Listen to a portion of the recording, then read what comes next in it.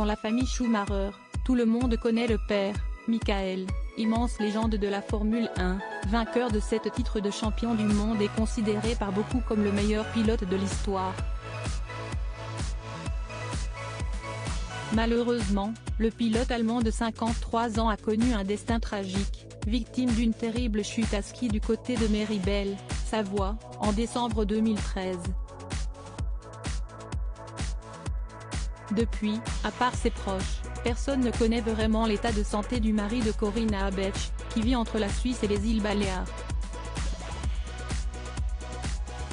Son fils Mick n'a pas tardé à prendre sa succession sur les circuits de Formule 1 et depuis 2 ans maintenant, il concourt dans la plus prestigieuse des compétitions automobiles. À 23 ans, le jeune homme poursuit son rêve et on imagine que son père doit être très fier de lui. La passion pour le pilotage est visiblement une affaire de famille puisque le neveu du champion, David Schumacher est également un pilote aguerri.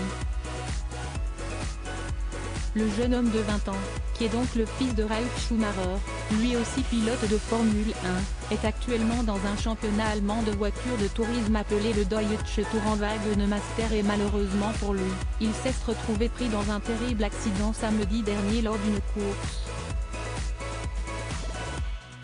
Alors qu'il était à la lutte avec un autre pilote, le neveu de Michael Schumacher a eu une collision avec son adversaire et les deux voitures se sont retrouvées propulsées dans les barrières de sécurité.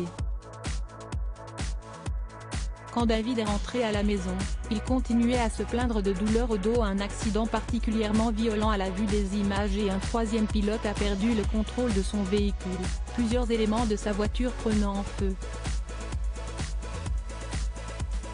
Malgré la violence du crash, David Schumacher en est ressorti vivant, mais si tout semblait aller à première vue, il a tout de même fait un tour à l'hôpital et un scanner a révélé qu'il souffrait d'une fracture d'une vertèbre lombaire. Son père Ralf a raconté l'histoire au magazine Motorsport.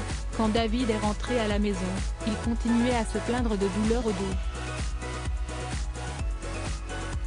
On a décidé de l'amener à l'hôpital de Salzbourg pour qu'il fasse un IRM.